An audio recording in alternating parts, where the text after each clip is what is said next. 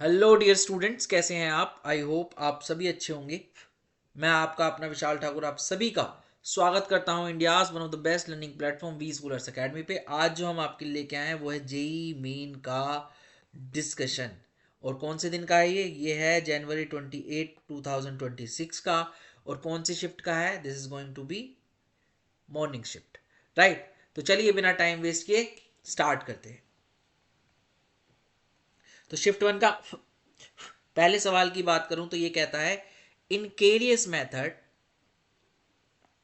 estimation of bromine 1.53 gram of an organic compound gave 1 gram of AgBr. The percentage of Br in organic compound is। देखिए, estimation वो लगातार हर paper में पूछता हुआ आ रहा है। अगर आप फिर भी नहीं करके गए हैं तो फिर आपसे बड़ा बेवकूफ़ कोई नहीं। ठीक है, मैं क्लियर बोलता हूँ ये बात। तो आपको ये करके जाना ही चाहिए था। और अगर ये सवाल फिर भी आपका गलत हो रहा है या आप नहीं करके आ रहे हैं तो फिर कुछ तो दिक्कत है। तो आपको एनालिसिस नहीं आ रहा है या आपको समझ नहीं आ रहा है कि आपको पढ़ना कहाँ से है, राइट? तो एस्टिमेशन प्योरिफिकेशन वो बार बार बार बार बार बार पूछ रहा है। और एस्टिमेशन तो मुझे लगता है हर बार पूछा है उसने, एक या दो बार को छोड़ के एक बार ही शायद नहीं आया होगा, अदरवाइज हर बार आया है, राइट?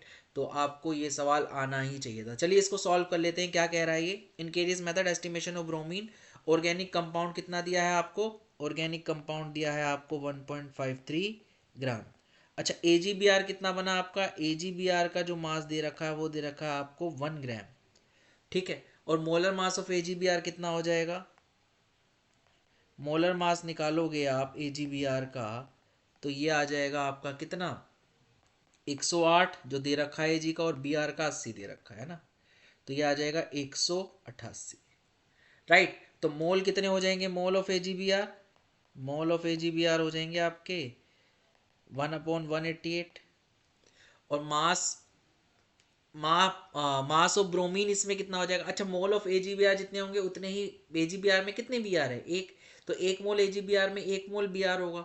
तो इतने मोल जितने दे रखा है आपको, इतने मोल एजीबीआर में कितने मोल ऑफ बीआर होंगे? इतने ही होंगे। तो मोल ऑफ बीआर कितने हो जाएंगे? 1/188। आई होप आप सभी को क्लियर हो गया होगा। तो परसेंटेज ऑफ बीआर कितना हो जाएगा? यहां से पहले मास निकाल लेते हैं। तो मास ऑफ बीआर कितना हो जाएगा आपका? 1/188 into 80। Percentage of B R जो मास आया 1/188 into 80 divided by organic compound का मास कितना?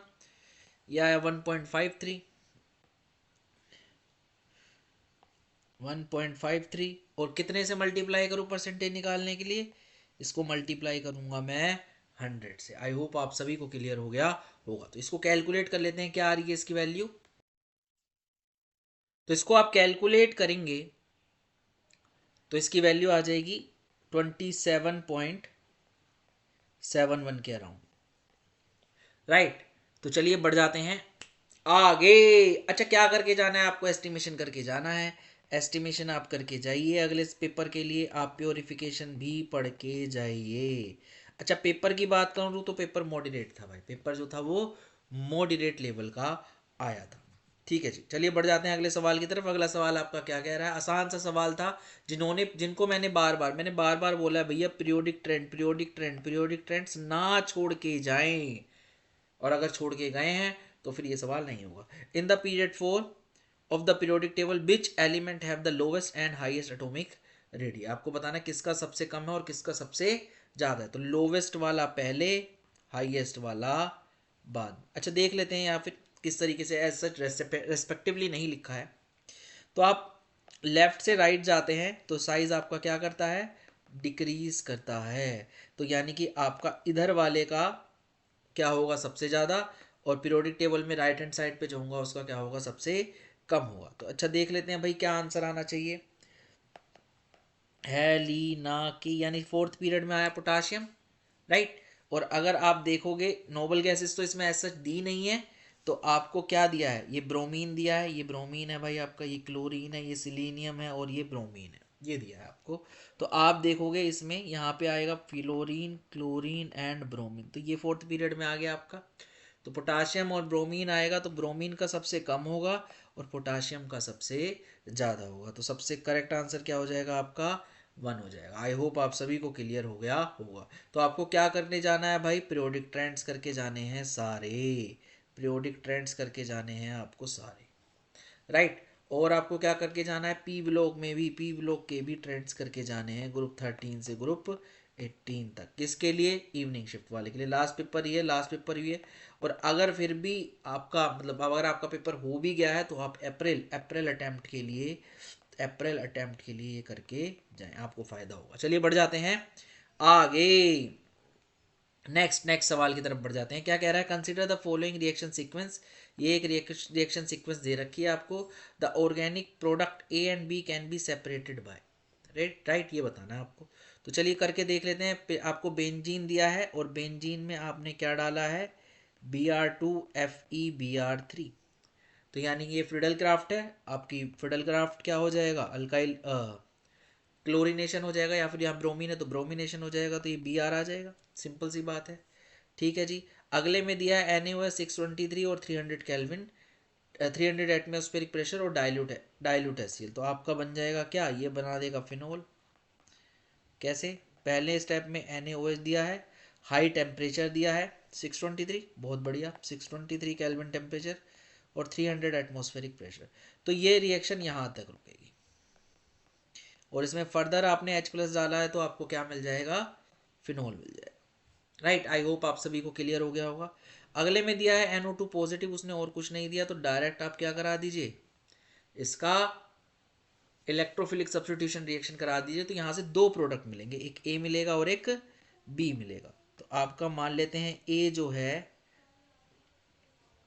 OH है, एक ये बन जाएगा और एक क्या बन जाएगा आपका, OH है एक पैरा, ऑर्थो पैरा पे आएगा क्योंकि फिनोल कैसा है, यानी OH कैसा है, इलेक्ट्रॉन डोनेटिंग ग्रुप है। और इलेक्ट्रॉन डोनेटिंग ग्रुप कैसा डायरेक्टिंग होता है, ऑर्थो एंड पैरा डायरेक्टिंग होता है, राइट। आई होप आप सभी को क्लियर हो गया होगा। तो बढ़ जाते हैं आगे। क्या दिया है, the organic product A and B can be separated by, कैसे सेपरेट कर सकता हूं मैं इन्हें। तो इसमें अगर मैं देखूंगा तो यहाँ पे क्या है, इंट्रामोलिकुलर हाइड्रोजन बॉन्डिंग है। और इसमें क्या है, इसमें इंटर है भाई, इंटर। और इसमें कैसी है, इंट्रामोलिकुलर। और इंट्रामोलिकुलर हाइड्रोजन बॉन्डिंग क्या करती है, आपका बॉइलिंग पॉइंट डिक्रीज करती है और वेपर प्रेशर बढ़ाती है, राइट, सिंपल सी बात है। और यहाँ पे बॉइलिंग पॉइंट क्या होगा आपका, बॉइलिंग पॉइंट आपका इंक्रीज करेगा और वेपर प्रेशर डिक्रीज करेगा, सिंपल। तो अगर बॉइलिंग पॉइंट का डिफरेंस अच्छा खासा आ रहा है, बॉइलिंग पॉइंट का डिफरेंस अच्छा खासा आ रहा है, तो मैं कैसे कैसे सेपरेट कर सकता हूँ, सिंपल स्टीम डिस्टिलेशन से सेपरेट कर सकता हूँ। मैंने बार बार बोला प्योरिफिकेशन करके जाना, आ गया जी, लो प्योरिफिकेशन आ गया। तो अगर आपने मेरे पिछले एनालिसिस देखे हैं या पिछले पेपर डिस्कशन देखे हैं तो आपको फायदा होगा। बढ़ जाते हैं आगे। अगला सवाल क्या कह रहा है, consider the following ions, this stability of ion is in the order. आपको बताना है स्टेबिलिटी ऑफ आयन का क्या ऑर्डर रहेगा। बहुत बढ़िया जी। तो अगर आप देखोगे तो सभी एनायन है, चार ऑप्शन दे रखे थे 1 2 3 1 2 1 2 1 3 2 या इस तरीके से, राइट। तो अगर आप देखेंगे सभी एनायन है। अच्छा, यहाँ पे चार जो है अलग अलग कार्बन है, कार्बन अलग अलग कैसे है भाई, ये वाला जो कार्बन है आपका ये sp हाइब्रिडाइज्ड है, 3 बॉन्ड है इसके साथ, है ना। ये कैसा है आपका sp2 और ये कैसा है आपका sp3। और आप देखोगे जो s ऑर्बिटल है वो क्लोजर टू द न्यूक्लियस होता है, और अगर क्लोजर टू द न्यूक्लियस है तो वो ज़्यादा इलेक्ट्रोनेगेटिविटी होगी उसके पास, अगर वो उसकी परसेंटेज ज़्यादा होगी। तो यहाँ पे अगर s की परसेंटेज देखूँ तो 50% है, यहाँ पे s की परसेंटेज देखूँ तो वो 33% है, और यहाँ पे देखूँ तो s 25% है। तो सबसे ज़्यादा परसेंटेज किस में आ रही है, s की इसमें आ रही है। तो इसी की इलेक्ट्रोनेगेटिविटी क्या होगी, सबसे ज़्यादा होगी। तो आपका देखोगे तो 3 की इलेक्ट्रोनेगेटिविटी जो कार्बन है उसकी सबसे ज़्यादा है, फिर 2 की, फिर 1 की। इट मीन्स जो थर्ड वाला कार्बन है वो नेगेटिव चार्ज को अच्छे से होल्ड करके रखेगा, देन 2 देन 1। तो स्टेबिलिटी ऑर्डर भी क्या हो जाएगा, यही हो जाएगा। Stability of anion, stability of anion मैंने किससे डिसाइड की, परसेंटेज ऑफ एस कैरेक्टर से,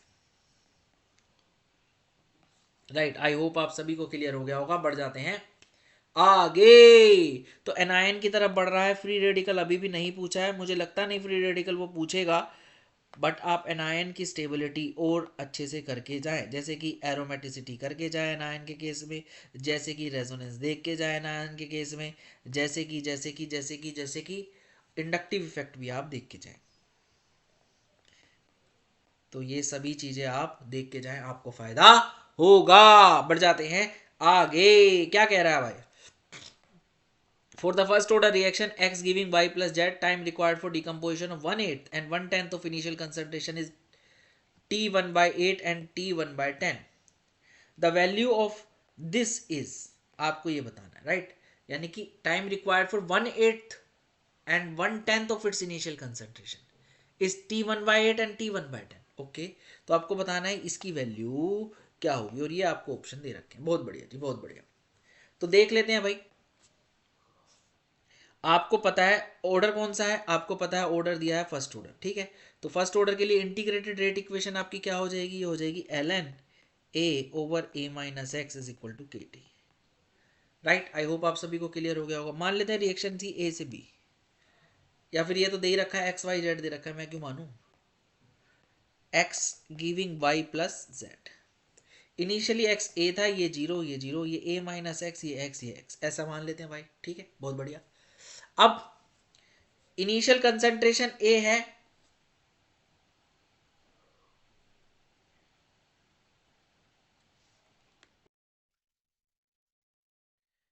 तो 1/8 से क्या हो गया? कम हो गया। तो अगर आप देखोगे तो ए में से कितना कट जाएगा? इनिशियल कंसंट्रेशन का 1/8, राइट?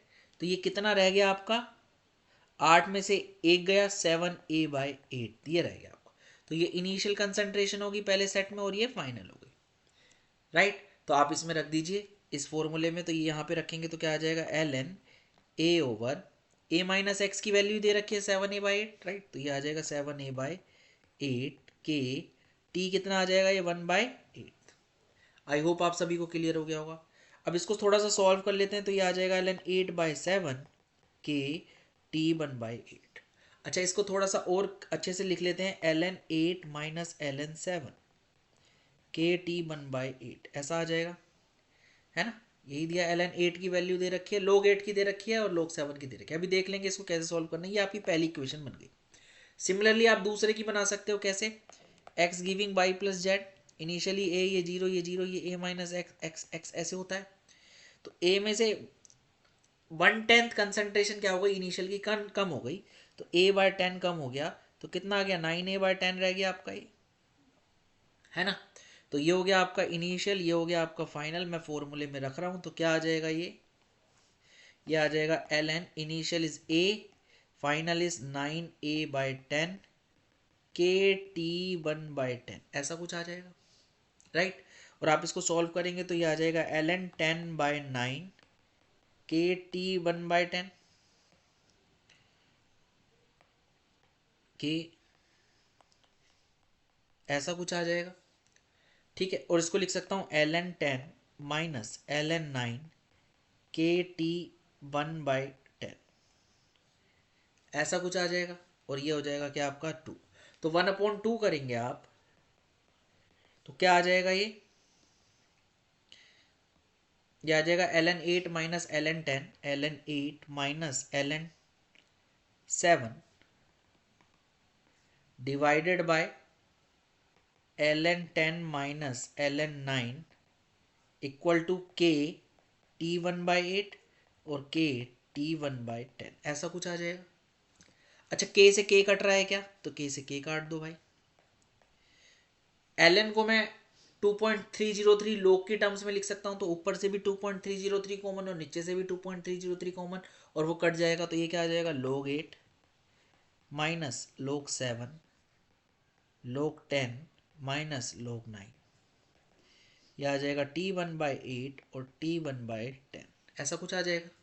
अच्छा, log 8 की वैल्यू कितनी दी है? 0.9, ये दी है 0.9। log 7 की कितनी दी है भाई आपको? 0.8, तो यहाँ लिख दीजिए 0.8। log 10 1 होता है, माइनस log 9 कितना हो गया? 0.95, ये भी दिया है आपको, तो ये हो गया 0.95, ऐसा कुछ आ जाएगा, ठीक है? इसको आप सॉल्व करेंगे तो ये ऊपर से आ जाएगा 0.1 और नीचे से आएगा 0.05, और यहाँ से डिवाइड करोगे तो ये 2 के बराबर आ जाएगा, तो ये आ गया t 1/8 t 1/10, ये वैल्यू आ जाएगी, राइट। अच्छा, इसने पूछा क्या है आपसे, इंटू 10, है ना, और इसको किससे मल्टीप्लाई करना है मेरे को, पूछा क्या है, पूछा है ये वैल्यू, है ना, ये वैल्यू पूछी है आपसे, तो इसको 10 से मल्टीप्लाई कर देंगे तो ये वैल्यू आ जाएगी आपकी t 1/8 t 1/10 into 10 is 2 into 10 which is 20. So the correct answer to this question is 20. I hope आप सभी को क्लियर हो गया होगा, तो आई गेस ये वाला आपका 20 है, तो correct answer to this question is option 2। You have to mark option 2 as the correct answer. देखिए फर्स्ट ऑर्डर मैंने बहुत बार बोला था कि फर्स्ट ऑर्डर आ सकता है, फर्स्ट ऑर्डर आ सकता है, राइट। तो आपको फर्स्ट ऑर्डर करके जाना चाहिए था। दूसरी चीज यहाँ पे क्या है, यहाँ पे ऑफ लिखा है, हो सकता है यहाँ पे 2 हो, तो आपका आंसर गलत हो, आपका आंसर अलग हो जाएगा, राइट।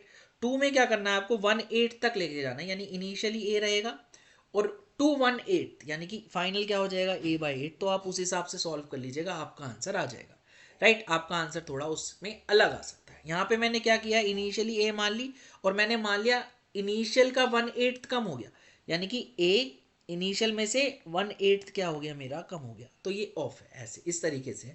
तो अगर 2 होगा तो चीज बदल जाएगी। बढ़ जाते हैं आगे। अगला सवाल देख लेते हैं भाई। विच इज करेक्ट ऑप्शन, क्या बोल रहा है, विच इज करेक्ट ऑप्शन। वैसे ऑप्शन नहीं दिए हैं बट सीधा सीधा ये पूछा था, ये 3 कंपाउंड दिए हैं, इनमें बताना तो कौन सा पैरा है और कौन सा डायामैग्नेटिक है। तो हम देख लेते हैं भाई। आपको दिया है NiCN4 2 नेगेटिव, है ना, तो इसमें आप निकालेंगे तो Na की ऑक्सीडेशन स्टेट +2 आ जाएगी, कॉन्फ़िगरेशन D8 आ जाएगी, Cn जो है वो स्ट्रॉन्ग लिगेंड है, राइट, और स्ट्रॉन्ग लिगेंड है तो पेयरिंग कराएगा, और पेयरिंग कराएगा तो कैसा हो जाएगा, ये आपका हो जाएगा 1 2 3 4 5 6 7 8, ऐसा कुछ हो जाएगा, बहुत बढ़िया। और अब आपका Cn लेके आएगा अपने इलेक्ट्रॉन, Cn नेगेटिव कैसे लाएगा, एक इसमें एक S में और P में भी लाएगा, तो हर Cn 2 इलेक्ट्रॉन लाएगा ऐसे, तो यहाँ पे कोई भी अनपेयर्ड इलेक्ट्रॉन नहीं है, तो ये कैसा होगा आपका डायामैग्नेटिक होगा, राइट। बहुत बढ़िया। सिमिलरली आप किसके लिए कर सकते हैं, NiCl4 नेगेटिव के लिए, ठीक।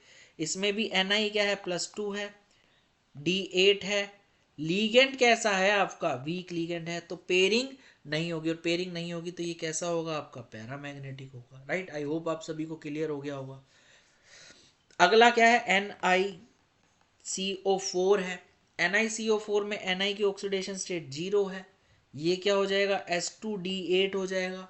पर CO कैसा है आपका, CO कैसा है, स्ट्रॉन्ग लिगेंड है, और स्ट्रॉन्ग लिगेंड पेयरिंग कराएगा, और पेयरिंग कराएगा तो ये कैसा हो जाएगा, ये कन्वर्ट हो जाएगा D10 में, और ये कैसा हो जाएगा फिर, ये डाया मैग्नेटिक हो जाएगा। आई होप आप सभी को क्लियर हो गया होगा। तो आप देखोगे ये आपका कैसा आया, ये डाया आया, ठीक है, ये कैसा आया, ये डाया आया, और ये कैसा आया, ये पैरा। तो यही स्टेटमेंट की फॉर्म में दे रखा था आपको।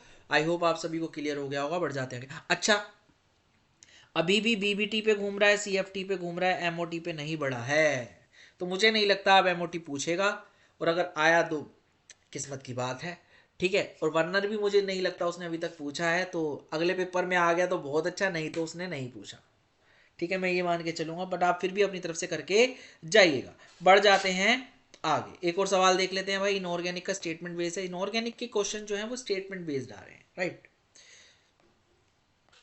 अच्छा, स्टेटमेंट 1 कह रहा है among XeF4 BF4 negative and SF4 the species having equal mx bond length are, यानी कि m क्या है आपका, सेंट्रल एटम है, इक्वल बॉन्ड लेंथ होनी चाहिए।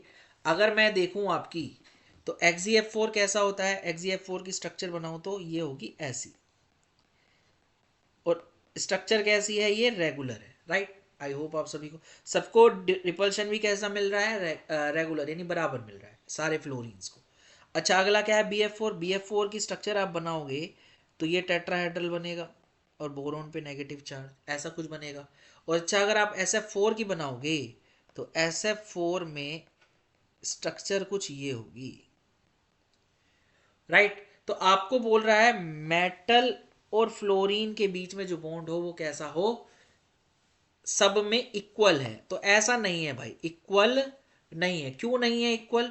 क्योंकि यहाँ पे इक्वेटोरियल और एक्सियल बॉन्ड है, और इक्वेटोरियल बॉन्ड जो, सॉरी ये वाला इक्वेटोरियल है आपका और ये वाला आपका एक्सियल है, और एक्सियल लॉन्गर होता है इक्वेटोरियल से, तो ये वाला आपका सेटिस्फाई नहीं कर रहा है, ये दोनों आपके सेटिस्फाई कर रहे थे। ये है इसमें, है इसमें, है इसमें नहीं है। तो आपका फर्स्ट ऑप्शन कैसा, फर्स्ट स्टेटमेंट कैसी हो गई, इनकरेक्ट। अब बढ़ जाते हैं अगली स्टेटमेंट पे। अगली स्टेटमेंट आपकी क्या कह रही है, among O2 2 negative, O2 negative, F2 and O2 positive, the highest bond order is for F2 and O2 2 negative। तो देख लेते हैं भाई, सभी को लिख लेते हैं। हमने क्या दिया है, O2 दिया है 2 नेगेटिव, O2 नेगेटिव, F2 और O2 पॉजिटिव। तो सभी के पहले क्या निकाल लीजिए आप, इलेक्ट्रॉन निकाल लीजिए। इलेक्ट्रॉन क्या आ जाएंगे आपके, O2 2 नेगेटिव हो जाएगा 18, O2 नेगेटिव हो जाएगा 17, F2 हो जाएगा 18 और O2 पॉजिटिव हो जाएगा आपका 15, ऐसा कुछ हो जाएगा। अब आपको बॉन्ड ऑर्डर निकालना है। तो बॉन्ड ऑर्डर क्या होता है, अगर 14 से आगे जाऊं या 14 से पीछे जाऊं, 0.5 से बॉन्ड ऑर्डर क्या कर जाता है, डिक्रीज कर जाता है। ये ट्रिक अगर आपको नहीं पता है तो आप जाइए, हमारे शॉर्ट्स में दे रखी हैं सारी ट्रिक्स, आप उनको जाइए और उनका लाभ उठाइए। ठीक है, तो आप देखेंगे तो 15 होगा तो बॉन्ड ऑर्डर कितना हो जाएगा, 2.5, 16 पे 2, 17 पे 1.5 और 18 पे 1 हो जाएगा। राइट, ऐसा कुछ हो जाएगा। तो बॉन्ड ऑर्डर सबसे ज्यादा किसका है, O2 पॉजिटिव का है। और इन्होंने बोला है F2 हाईएस्ट बॉन्ड ऑर्डर किसका आ रहा है, F2 एंड O2 2 नेगेटिव। ऐसा आंसर नहीं आ रहा, F2 का भी 1 है और O2 2 नेगेटिव का भी 1 है। तो लोवेस्ट बोलेगा, लोवेस्ट बोलता तो बात समझ आती। तो यानी कि स्टेटमेंट 2 भी क्या हो गई आपकी, इनकरेक्ट हो गई। तो ये पहली और दूसरी दोनों ही स्टेटमेंट कैसी है, इनकरेक्ट है। आई होप आप सभी को क्लियर हो गया होगा। बढ़ जाते हैं आगे। तो एमओटी से आ चुका है सवाल, हाइब्रिडाइजेशन से आ चुका है, बीएससीपीआर से आ चुका है।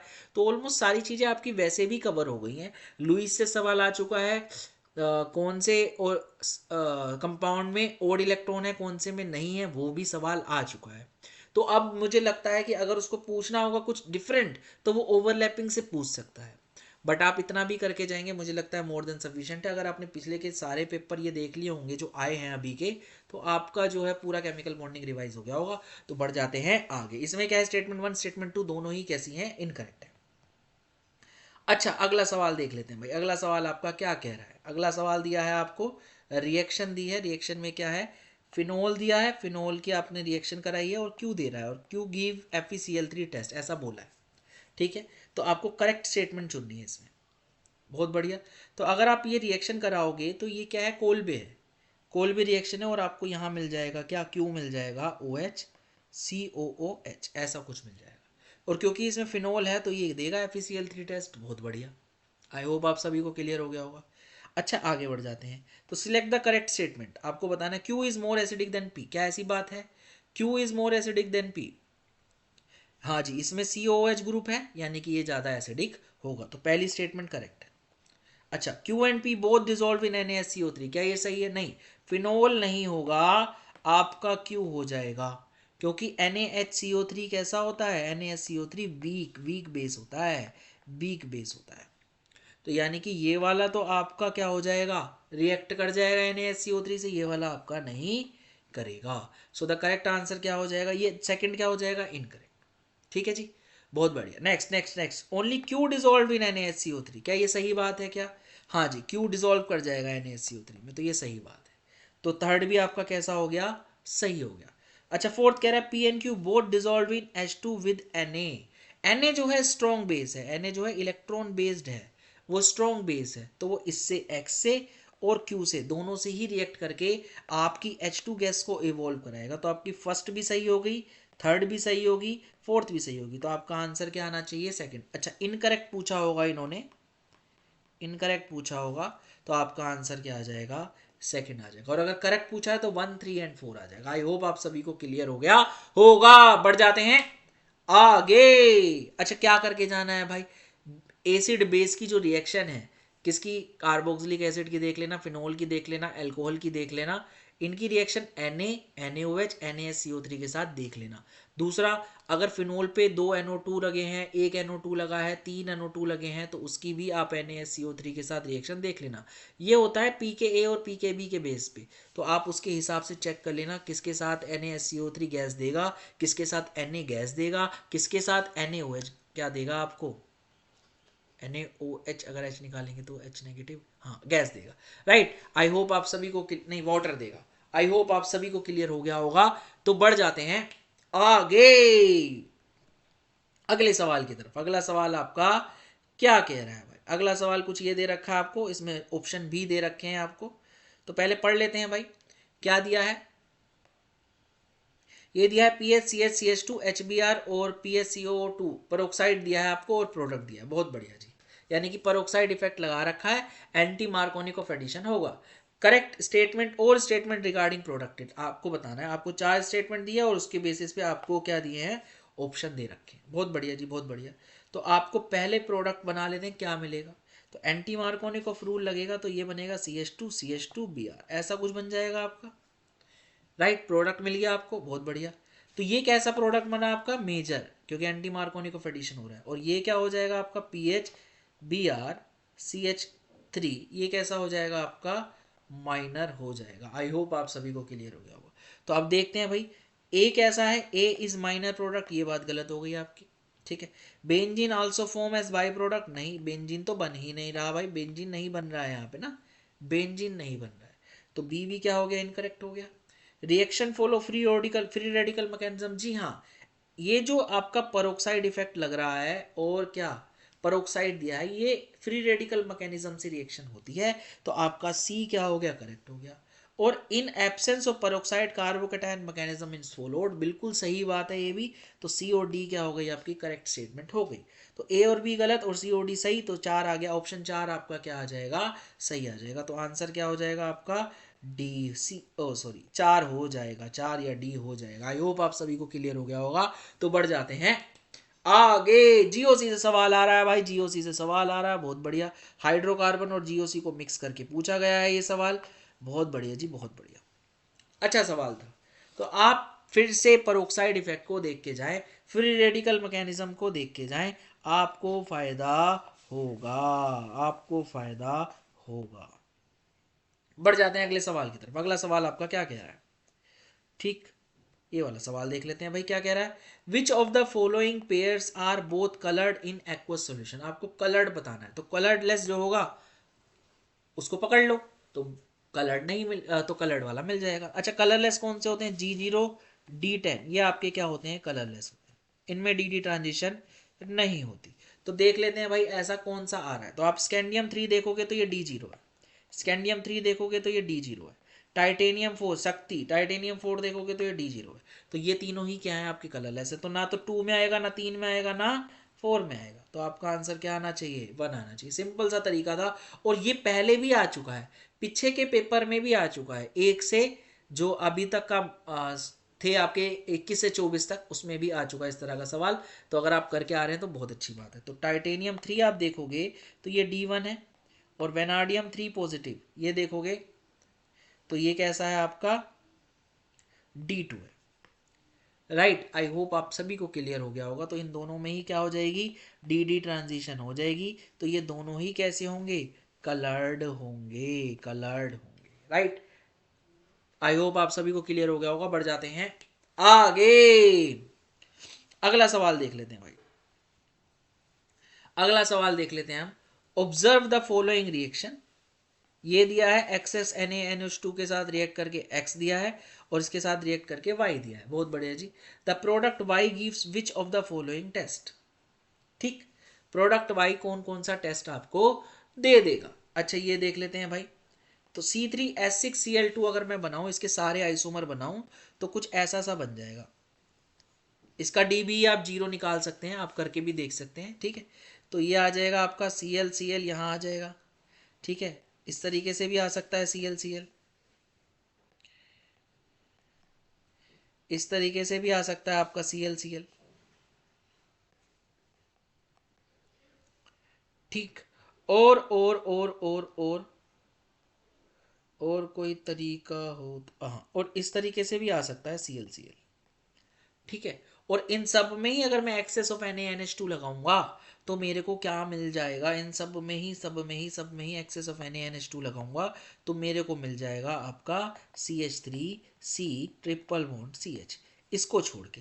तो मुझे लगता है कुछ और इंफॉर्मेशन भी आपको इसके साथ दे रखी होगी, सो दैट कि मैं यही वाले 3 पकड़ूं और कोई आपका आइसोमर ना पकड़ो। कुछ और इन्फॉर्मेशन भी आई गेस दे रखी होगी। अच्छा, ये दे रखा है, इसके बाद आपकी रिएक्शन दे रखी है, आगे वाली रिएक्शन भी आपको जस्टिफाई करती है कि आपके पास अल्काइन ही है। अल्काइन में रिएक्शन होती है Hg2 positive H positive, water का एडिशन। और जब मैं वाटर का एडिशन इसमें कराऊंगा तो यहाँ पे करा देते हैं, वाटर का एडिशन इसमें कराऊंगा तो ये मिलेगा CH3C डबल बॉन्ड और टोटोमेराइज होके मेरे को कीटोन मिल जाएगा। आई होप आप सभी को क्लियर हो गया होगा। तो अब कीटोन कौन कौन सा टेस्ट देगा उसकी बात कर लेते हैं भाई। तो टोलेंस टेस्ट देगा, नहीं देगा। ल्यूकास देगा, नहीं देगा। फेलिंग देगा, नहीं देगा। तो आपका क्या बचा, आइडोफॉर्म। आइडोफॉर्म क्यों, क्योंकि इस पे ये वाला ग्रुप है, राइट। आई होप आप सभी को क्लियर हो गया होगा। तो correct answer to this question is option 3। You have to mark option 3 as the correct answer. मैंने कितनी बार बोला है भैया, टेस्ट मत छोड़ के जाना, टेस्ट मत छोड़ के जाना। टेस्ट वो फेवरेट हो रखा है उसका, तो अगर किसी ने टेस्ट कर रखे होंगे तो उसका क्वेश्चन जो है वो आसानी से हो गया होगा। बढ़ जाते हैं आगे। चलिए अगला सवाल देख लेते हैं। अगला सवाल आपका क्या कह रहा है। अगला सवाल कह रहा है the wave number of 3 special line of hydrogen atom are given. Okay, identify the correct set of spectral line belonging to Balmer series. बहुत बढ़िया जी। बाल्मर सीरीज के लिए आपको क्या करना है, वेव नंबर निकालना है of 3 special lines of hydrogen atom. बहुत बढ़िया, ठीक है जी। बामर क्या होगा आपका, लाइमन बामर N2 में जाएगा ऊपर के हायर एनर्जी लेवल से, ठीक है। तो 3 से 2 में जा सकता है, 4 से 2 में जा सकता है, 5 से 2 में जा सकता है एंड सो ऑन। तो आपको चेक करना है कि identify the correct set of spectral line belonging to Balmer series. Balmer series में कौन कौन सी ये जो है आपकी लाई करती है। तो अगर आप वेव नंबर देखोगे, है ना, वेव नंबर ये है क्या, देख लेते हैं जी। वेव नंबर देखोगे तो ये हो जाएगा RH(Z²) 1/N1 का स्क्वायर माइनस 1/N2 का स्क्वायर, ऐसा कुछ आ जाएगा। तो R लिख लेता हूँ इसको, तो Z हाइड्रोजन के लिए 1 हो जाएगा। N क्या हो जाएगा, N हो जाएगा आपका, पहले आ जाएगा 2 दूनी 4 माइनस 1/9, ऐसा कुछ आ जाएगा। तो ये क्या है, वेव नंबर 3 से 2 है ना, ठीक। तो ये आ जाएगा 9 में से 4 गया 5, तो 5R/9 चौक 36, ये आ गया। तो क्या ये बैठ रहा है, हाँ, फिर तो हम सही निकाल रहे हैं, यानी वेव नंबर ही पूछा है, ठीक है। अगला कर लेते हैं, वेव नंबर 4 से 2। ये आ जाएगा आपका क्या, RH 1/2 दूनी 4 माइनस 1/16, कितना आ जाएगा भाई, 16 में से 4 गया 12, 16 चौका 64, ऐसा कुछ आ जाएगा। तो RH आ जाएगा मेरा कितना, 6, 32, 3, 16, तो 3/16, तो 3R/16 ये आ रहा है। और वेव नंबर 5 से आप देखेंगे कितना, 2 में, तो कितना आ जाएगा, R1/4 माइनस 1/25, R 25 में से 4 गया 21/25 चौका 100, ऐसा कुछ आना चाहिए। तो देखिए कौन कौन सा मैच कर रहा है भैया, यहाँ देखोगे आप तो ये वाला फर्स्ट ऑप्शन आपका मैच कर रहा है। तो ये वाला जो वेव नंबर का है, वेव नंबर है आपके बाल्मर सीरीज में लाई करते हैं। और बाल्मर और लाइमन तो उसका फेवरेट रहा है, आपको तो करके जाना ही चाहिए था। हर पेपर में आया ये, ऑलमोस्ट हर पेपर में आया। और मैंने ये बार बार बोला भी है कि लाइमन और बामर आप छोड़ के ना जाएं, लाइमन और बामर आप छोड़ के ना जाएं। बढ़ जाते हैं आगे। चलिए अगले सवाल को देख लेते हैं। अगला सवाल आपको क्या कह रहा है, choose the correct statements in respect of hydride of group 15। Group 15 hydride के लिए आपको करेक्ट स्टेटमेंट चूज करना है। तो क्या बोल रहा है, a reducing power increases down the group, okay, basic nature increases down the group, stability decreases down the group, boiling point decreases regularly down the group. क्या ऐसा है या नहीं है। तो आपको करेक्ट स्टेटमेंट चूज करनी है। आपको ये 4 ऑप्शन दिए गए हैं, ठीक है। तो बढ़िया जी। तो पहला देख लेते हैं, reducing power increases down the group. तो अगर आप हाइड्राइड की बात करेंगे तो हाइड्राइड कौन कौन से होते हैं आपके, नेपाल, पाकिस्तान, ऑस्ट्रेलिया, सब बिकाऊ, है ना, ये है। तो इनके हाइड्राइड हो गए NH3, PH3, ASH3, SbH3 और BiH3, ठीक है। और रिड्यूसिंग कैरेक्टर की बात करूं तो जो जल्दी से हाइड्रोजन दे देगा वो अच्छा रिड्यूसिंग एजेंट है ना।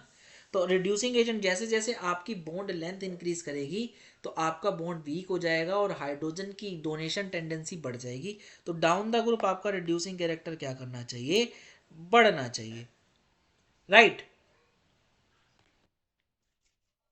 तो आपका ए ऑप्शन तो क्या हो गया, सही हो गया, ठीक। Next is basic nature increases down the group, क्या ऐसा है या नहीं है।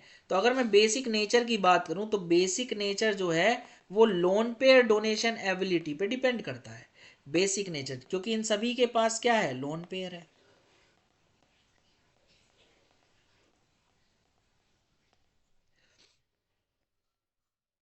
है ना।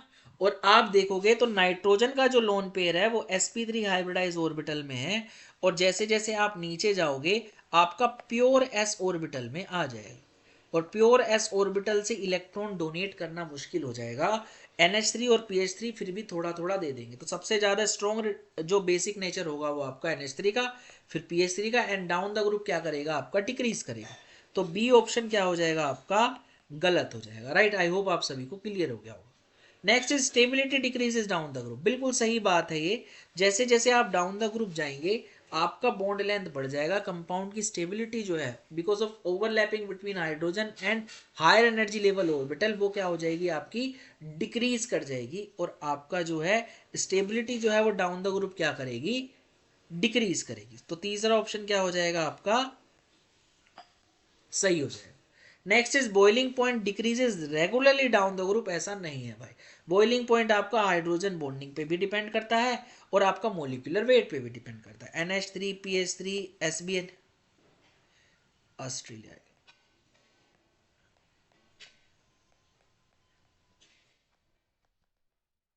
तो हाइड्रोजन बॉन्डिंग की वजह से NH3 का बॉइलिंग पॉइंट भी सफिशिएंटली हाई होगा, और BH3 का molecular weight van der Waals forces of attraction की वजह से भी क्या होगा, हाई होगा। तो रेगुलर तो नहीं है भाई, रेगुलर तो आपका नहीं है। सो आपका डी ऑप्शन भी क्या हो जाएगा, इनकरेक्ट हो जाएगा। तो इनकरेक्ट आ गए ए, बी और डी, और ए और सी क्या आ गए आपके करेक्ट। तो अगर इसमें देखूं मैं तो थर्ड ऑप्शन आपका क्या आ रहा है, सही आ रहा है। So the correct answer to this question is A and C only. I hope आप सभी को क्लियर हो गया होगा। तो बढ़ जाते हैं आगे। तो मैंने बोला था भाई, बोला था पीरियोडिक ट्रेंड के साथ साथ, पीरियोडिक ट्रेंड के साथ साथ आप जरूर जरूर जरूर पीरियोडिक टेबल को देख, सॉरी क्या बोलते हैं, पी ब्लॉक की सभी टेबल्स को देख के जाएं, सभी टेबल्स को देख के जाएं और पी ब्लॉक को पढ़ के जाएं भाई। पी ब्लॉक इंपॉर्टेंट चैप्टर हो गया है। तो बढ़ जाते हैं आगे। चलिए अगला सवाल कर लेते हैं। अगला सवाल आपका क्या कह रहा है, ये आयनिक इक्विलिब्रियम से, केमिकल इक्विलिब्रियम पे अभी बहुत सवाल पूछा था। आयनिक में वो हाइड्रोलिसिस पे नहीं गया, बफर पे ऑलरेडी पूछ चुका है, तो ये भी बफर से ही है।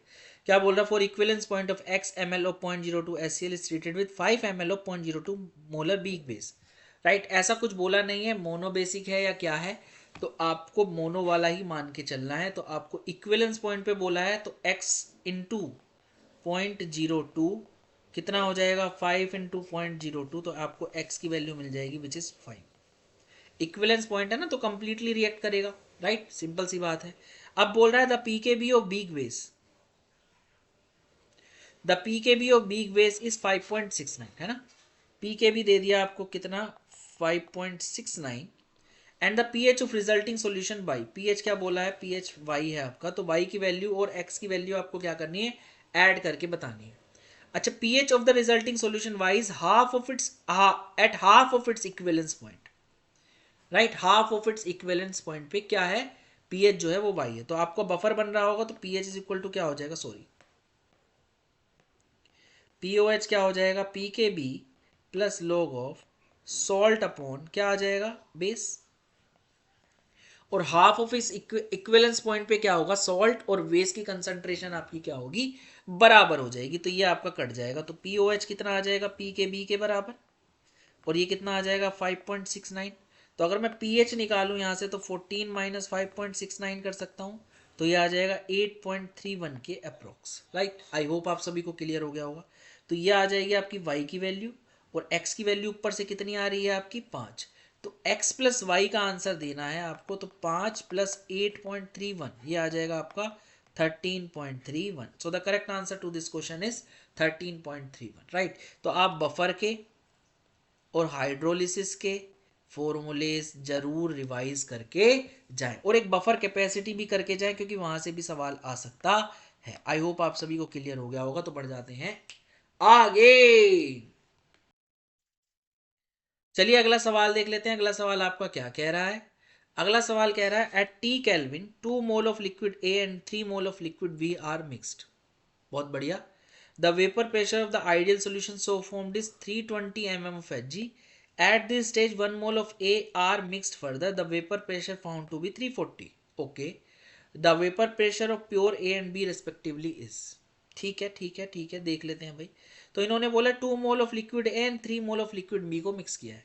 तो एन ए कितना हो जाएगा 2, एन बी कितना हो जाएगा 3, एक्स ए यानी मोल फ्रैक्शन ऑफ ए हो जाएगा आपका क्या 2/5, और मोल फ्रैक्शन ऑफ बी क्या हो जाएगा आपका 3/5। आई होप आप सभी को यहाँ तक तो चीज़ें क्लियर होंगी। ठीक है ठीक है जी।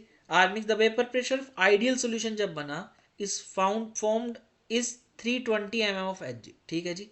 तो पी टोटल कितना हो जाएगा आपका पी नोट ए जाई ए प्लस पी नोट बी जाई बी, है ना। और ये 320 दिया है, पी नोट ए मुझे नहीं पता, जाई ए कितना है 2/5, और पी नॉट बी कितना हो जाएगा इंटू 3/5। ऐसा कुछ पहली इक्वेशन आपकी बन गई। राइट, दो वेरिएबल यहाँ पे पड़े हुए हैं।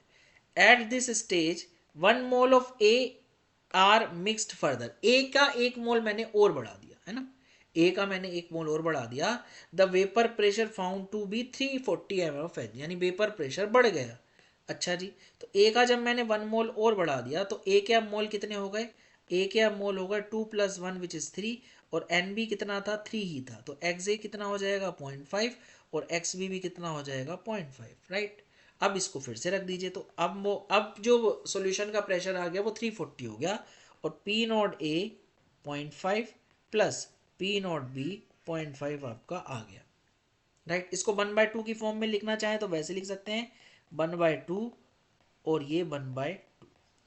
तो यहाँ पे अगर इसको क्रॉस मल्टीप्लाई कर देंगे तो ये हो जाएगा 34 दूनी 68, यानी कि 680 P naught A plus P naught B, ऐसे कर सकते हैं। ठीक है, और यहाँ से आप क्या करिए, इन दोनों इक्वेशन को आप सॉल्व कर लीजिए। सॉल्व करेंगे तो क्या आ जाएगा आपका, ये आ जाएगा। इसको मैं थोड़ा सा और सिंप्लीफाई कर लेता हूँ। सिंप्लीफाई करूँगा तो क्या आ जाएगा, ये आ जाएगा 2 P naught A plus 3 P naught B 32 × 5, यानी कि 0, 3 × 5 = 15, ये आ जाएगा आपका 1600।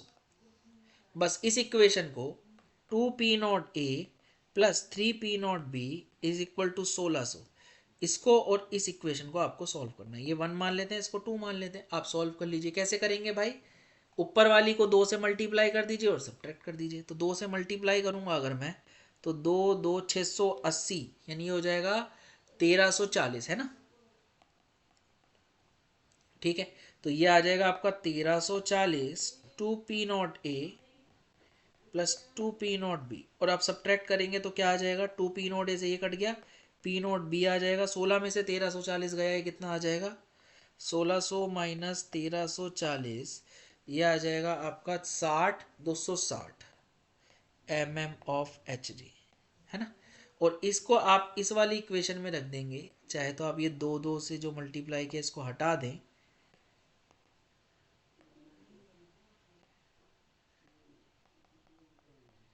तो ये आ जाएगा आपका पी नॉट ए आ जाएगा 680 माइनस 260, ये आ जाएगा 20 और 420 mm ऑफ एच जी। देखते हैं किस में आ रहा है, 420 और 260 किस में आ रहा है। 420 और 260 तो नहीं दिया, 240 दिया, शायद ये 260 होगा। राइट, आपको सिर्फ दो इक्वेशन ही सॉल्व करनी है। So the correct answer to this question is option 2। You have to mark option 2 as the correct answer to get full marks. बढ़ जाते हैं आगे। तो रोल्स लॉ पे सवाल आया है भाई, रोल्स लॉ पे सवाल आया है, तो रोल्स लॉ आप जरूर देख के जाएं। दूसरा, आप रोल्स लॉ में पॉजिटिव और नेगेटिव डेविएशन को भी देख के जाएं। पॉजिटिव और नेगेटिव डेविएशन वो इस तरीके से भी पूछ लेता है कभी कभी कि टोटल प्रेशर दे देगा आपको ए और बी मिक्स करके, और वो किसी और तरीके से भी टोटल प्रेशर निकालने को दे देगा या टोटल प्रेशर चेक करने को दे देगा। उसमें आपका अगर कम या ज़्यादा आ रहा है तो आप उससे गैस कर सकते हैं कि पॉजिटिव या नेगेटिव डेविएशन आपका होगा या नहीं होगा। तो इस तरीके के भी सवाल आप देख के जरूर जाएं। तो बच्चा लोग आज के लिए इतना ही। तो thank you so much, sayonara and all the best for, अगर आपका इवनिंग में एग्ज़ाम है तो उसके लिए ऑल द बेस्ट। और अगर किसी का भी एग्ज़ाम आपका अच्छा नहीं हुआ है इस अटैम्प्ट में, तो हम आपके लिए एक जो है बैच लेके आ रहे हैं, तो आप उसको ज्वाइन करें और उसका लाभ उठाएं। तो आज के लिए इतना ही। Thank you so much, sayonara.